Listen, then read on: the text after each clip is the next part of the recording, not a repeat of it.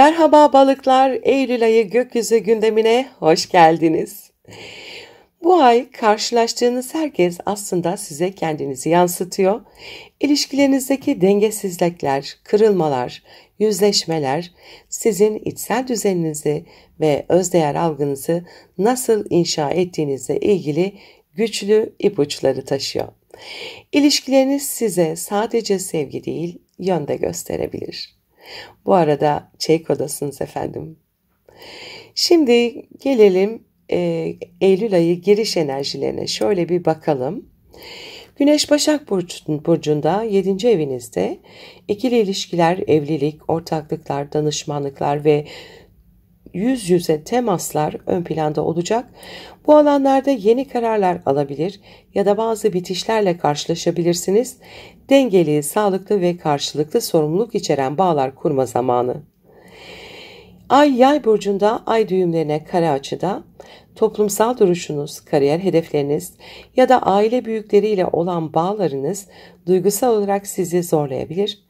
Bu süreçte dışarıya güçlü görünmeye çalışmak ile iç hassasiyetleriniz arasında denge kurmanız gerekebilir. İşte ya da toplum önünde alınacak ani kararlar uzun vadeli etkiler de taşıyabilir. Merkür ise Aslan Burcu'nda retro Kiron'la üçgen açıda, iş ortamında sağlıkla ilgili konularda veya günlük yaşamınızda bazı geçmiş yaralar tekrar hatırlatılabilir. Özdeğer, iş disiplini ve fiziksel psikolojik sağlığınız bu ayın iletişim gündeminde olacak. Sözlerinizi ve zihinsel kalıplarınızı gözlemleyin, şifalanmak için farkındalık çok değerli. Mars ise Terazi burcunda, Yengeç burcundaki Jüpiter'le kare açıda, maddi anlamda eşinizle ya da ortağınızla bazı sürtüşmeler olabilir. Aşk hayatında tutku ile sahip olma arzusu çatışabilir. Borçlar, vergi, kredi gibi konularda harcamalara dikkat etmeniz gereken bir dönem. Satürn ve Neptün Koç burcunda retro pozisyonda, kendi kimliğinizi yapılandırma sürecindesiniz. Satürn sizi ciddileştiriyor, Neptün ise hayal kırıklıklarını görünür kılıyor. Fiziksel, ruhsal ve duygusal olarak kendinizi yeniden tanımladığınız çok özel bir dönemdesiniz. Uranüs İkizler Burcu'nda duran pozisyonda, aile içinde ani gelişmeler olabilir. Ev, yuva, taşınma ya da ebeveynlerle ilgili konularda beklenmedik durumlar sizi şaşırtabilir. Duran Uranüs içsel özgürlük ihtiyacını bastırıyorsa bunu dışarıya yansıtabilirsiniz. Kendi köklerinizi yeniden tanımlıyorsunuz. Ve gökyüzünde harika bir de uçurtma kalıbı var. Kuzey ay düğümü, Jüpiter, Lilith ve Güney ay düğümünün oluşturduğu. Güney ay düğümü ilişkilerde hep karşı tarafı düzeltmeye çalışma, fazla eleştiri, mükemmeliyetçilik artık işe yaramıyor diyor. Kuzey ay düğümü artık kendine dönmen, öz değerini hatırlaman gerekiyor diyor. Lilith ise inançlar, dünya görüşü ve yolculuklar aracılığıyla bastırdığın tutkularını, duygularını hatırlayabilir ve onlarla yüzleşebilirsin diyor. Jüpiter ise aşk, yaratıcılık ve içsel çocuk enerjisi sana büyüme ve keyif getiriyor diyor. Bu uçurtma açı kalıbı ilişkide değil, kendinde tamamlandığında gerçek bir bağ kurabileceğini söylüyor. Plüton ise Kova burcunda retro pozisyonda, Uranüs'te de üçgen açıda, bilinçaltınızda köklü bir dönüşüm başlatıyor. Bu ay rüyalar, sezgiler ve içe dönüş çalışmaları çok etkili olabilir. Aile karması, geçmiş döngüler ve soyla ilgili sırlar gündeme gelebilir. Spiritüel çalışmalar, meditasyon ve yalnızlık bu dönüşüm sürecini destekler. Bol bol dua edin. Bu ay boyunca ilişkilerde denge ve sınır koyma becerisini geliştirmeniz önemli. Kendi değer algınızı dış onaylarla değil, iç gücünüze dayandırın. Aile içindeki özgürlük ihtiyacınızı sağlıklı şekilde ifade edin. Sağlık, beslenme ve ruhsal bakımınıza zaman ayırın. Kendinizi tanıma ve yeniden yaratma sürecine izin verin. Yalnızlık korkusu değil, yalnızlıkla gelen şifa size yol gösterici olabilir. Eylül ayı giriş enerjileri bu şekildeydi. Şimdi astrolojik gündeme geçeceğim ama önce minik bir hatırlatma yapmak istiyorum. Kanalıma abone olmayı, videoları beğenmeyi, sevdiklerinizle paylaşmayı, minicik de olsa bir yorum bırakmayı unutmayın lütfen. Desteğiniz için şimdiden teşekkür ederim. Sevgili balıklar, Eylül'ün ilk yarısında hayatınızda yepyeni bir sayfa açılıyor. Bu dönem sizi hem dış dünyada hem de içsel dünyada büyük bir değişime hazırlıyor. Gökyüzü sizi artık eski beni geride bırakıp yeni kucaklamaya çağırıyor. 5 Eylül'de Mars ile Jüpiter arasında gerçekleşen kare açı özellikle ailevi meseleler ile aşk hayatı ya da çocuklarla ilgili sorumluluklar arasında bir gerilim yaratabilir. Köklenmek ve güven içinde hissetmek istiyorsunuz ama kalbiniz aynı zamanda daha yaratıcı, spontan ve özgür bir yaşamın özlemini duyuyor. Ev, taşınma, aile büyükleri ya da çocuklarla ilgili meselelerde acele kararlar almaktan kaçının. Aynı gün Merkür ile Retro Uranüs arasındaki kare açı, yakın çevre, iletişim ya da eğitimle ilgili konularda ani gelişmeleri beraberinde getirebilir. Eski bir dost, ani bir haber ya da beklenmedik bir yolculuk planınızı değiştirebilir. Kardeşler veya komşularla ilgili sürpriz gelişmelere de açık bir gün. 7 Eylül'de burcunuzda gerçekleşecek balık dolunayı ve ay tutulması hayatınızda güçlü bir tamamlama ve dönüşüm etkisi yaratıyor.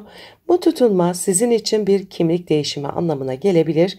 Artık eski davranış kalıplarınızı, rol modellerinizi, hatta fiziksel görüntünüzü bile geride bırakma zamanı.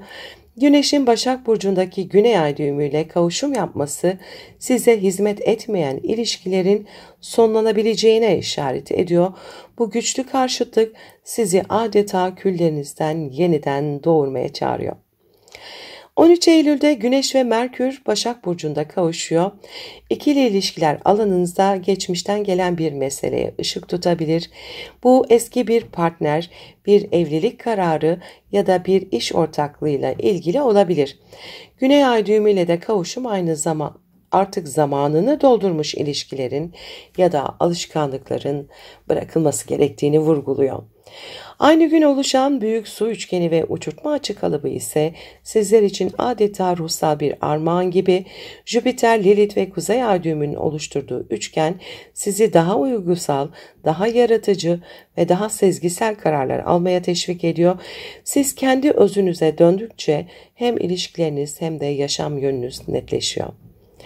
16 Eylül'de Ay ile Jüpiter Yengeç Burcu'nda kavuşuyor. Aşk hayatınızda, çocuklarınızla ilişkilerinizde ya da sanatsal projelerinizde güzel bir gelişmeyi beraberinde getirebilir. Güneşin bu kavuşuma yaptığı destekleyici açı özellikle ilişkilere şifa getirebilir.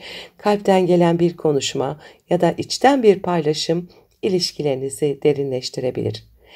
18 Eylül'de Merkür Terazi burcuna geçiyor. Ortak kaynaklar, finansal ortaklıklar ve duygusal bağlar alanınızı aktive ediyor. Ancak Retro Satürn ve Neptün'le yapacağı karşıtlık bazı belirsizliklerin ve karmasal konuların gündeme taşınabileceğini gösteriyor. Kiminle neyi paylaşıyorsunuz? Bu sorunun cevabı sizi ruhsal olarak daha sağlam bir zemine taşıyabilir. Eylül ayının ilk yarısı sizin için gerçek bir ruhsal yeniden doğuş zamanı. Artık kendinizle ilgili bazı sınırları aşmaya, içsel gücünüzü sahiplenmeye ve sizi geri tutan bağlardan özgürleşmeye hazırsınız. Unutmayın, siz dönüşürseniz her şey dönüşür. Eylül ayının ikinci yarısında gökyüzü adeta sizi merkezinize alıyor. Ruhsal farkındalık, ilişkilerde kaderin yön değiştirmesi ve hayata bakış açınızda köklü dönüşümler bu haftanın temel temalarını oluşturuyor. Gerek bireysel, gerek ortak hayatınızda büyük kararların eşiğinde olabilirsiniz. 19 Eylül'de oluşan iki ayrı uçurtma açı kalıbı var. Sizi hem ilişkiler hem de maneviyat alanında etkiliyor. İlk uçurtma Akrep, Yengeç, Balık, Başak burçları arasında oluşurken sizin burcunuzda yer alan Kuzey Ay düğümü de bu kalıpta yer alıyor. Bu sizi ruhsal anlamda büyük bir çağrıya davet ediyor. Sezgileriniz artıyor, içsel rehberliğiniz güçleniyor. Özellikle ilişkilerde kadersel karşılaşmalar yaşanabilir bu etkiyle. İkinci uçurtma ise Merkür, Uranüs, Plüto, Neptün üzerinden çalışıyor. Bu da sizin zihin, inanç, ruh üçgeninizi aktive ediyor. Eğitim, yayıncılık, uzak seyahatler veya kişisel gelişim alanında sürpriz kararlar alabilmenizi sağlayacak. Aynı gün oluşan yot açı kalıbı, buna Tanrı'nın da parmağı deniyor. Terazi burcundaki Mars ve Aslan burcundaki Venüs'ün sizin burcunuzdaki retro Satürn'e yaptığı sert açılarla tetikleniyor. Bu durum ilişkilerde dengelerin sarsılabileceğini gösteriyor. Hem romantik hem maddi ortaklıklarda sabır ve içsel denge çok önemli. Bu dönem duygularınızda değil, sezgilerinizde yön bulmalısınız. 21 Eylül'de Başak Burcu'nda gerçekleşecek olan parçalı güneş tutulması 7. evinizi etkiliyor. Bu tutulma ilişkilerinizde yeni bir sayfa açarken aynı zamanda bazı defterlerin kapanmasına da işaret edebilir. Tutulma Güneş ve Ay'ın sizin burcunuzdaki retro Satürn ve Koç'taki retro Neptün'e karşıt yapması İlişkilerde hayal kırıklıkları, netlik kaybı ya da sorumluluk krizleri getirebilir. Gerçekçi olun, aldanma riskiniz yüksek. Ayrıca İkizler Burcu'ndaki Uranüs'ün Venüs'e yaptığı kare, ailevi konularda ani gelişmelere dikkat çekiyor. 22 Eylül'de Güneş'in Terazi burcuna geçmesiyle 8. eviniz aydınlanıyor. Miras, ortak kazançlar, kredi, vergi gibi konular ön planda olacak. Aynı gün Mars'ın Akrep burcuna geçmesiyle birlikte inançlarınız, dünya görüşünüz veya uzaklarla ilgili konular hareketleniyor. Yurt dışı bağlantılı bir proje, eğitim fırsatı ya da bir seyahat sizi bekliyor olabilir. 23 Eylül'de yine bir uçurtma açı kalıbı var. Sizi ruhsal ve zihinsel olarak güçlü bir farkındalığa taşıyor. Özellikle Plüto ve Uranüs'ün etkisiyle bastırdığınız bazı duygular açığa çıkabilir. Bu bir tür ruhsal uyanışa hizmet ediyor. Aynı gün oluşan yot açı kalıbı Tanrı'nın parmağı, retro Uranüs ve retro Neptün'ün Akrep burcundaki Mars'a yaptığı sert açılarla dünya görüşünüzü yeniden sorgulayabilir, inançlarınız, hakikat duygunuz ve mücadele şekliniz değişiyor. 24 Eylül'de Mars ile retro Plüto arasında oluşan bir sert kare açı var. Eğitim, hukuki konular, yurt dışı bağlantıları veya medya faaliyetlerinde gerginlik yaratabilir. İnatlaşmaktan kaçının, olaylarına akışına bırakmak bazen en güçlü stratejidir. 29 Eylül'de Terazi burcundaki Güneş'le Oğlak burcundaki Ay kare yapıyor. Sosyal çevrenizde ilgili hassasiyetler, arkadaşlar arasında kırgınlıklar yaşanabilir. Aynı gün Jüpiter'in Merkür'e yaptığı kare açı, maddi konularda fazla iyi niyetli yaklaşımlarınızın suistimal edilmesine neden olabilir. Gerçekçi olun lütfen. Ancak retro Uranüs, retro Plüto ve retro Neptün arasındaki uyumlu açılar ruhsal olarak çok derin bir destek sunacak size. İçsel dönüşümünüz hızlanıyor. İlahi zamanlama sizin lehinize işliyor. Sevgili balıklar, Eylül ayı ruhsal bir kapının önündesiniz diyor. Eski ilişkiler, geçmiş acılar ve kırık hayaller artık sizi sınırlamak zorunda değil. Şimdi iyileşme, yeniden başlama ve sezgilerinizle yaşamı yönlendirme zamanı. Kalbinizin sesini dinleyin. Çünkü gökyüzü size güzel bir şeyler fısıldıyor. Mutlu bir ay geçirmenizi dilerim. Sevgiyle kalın.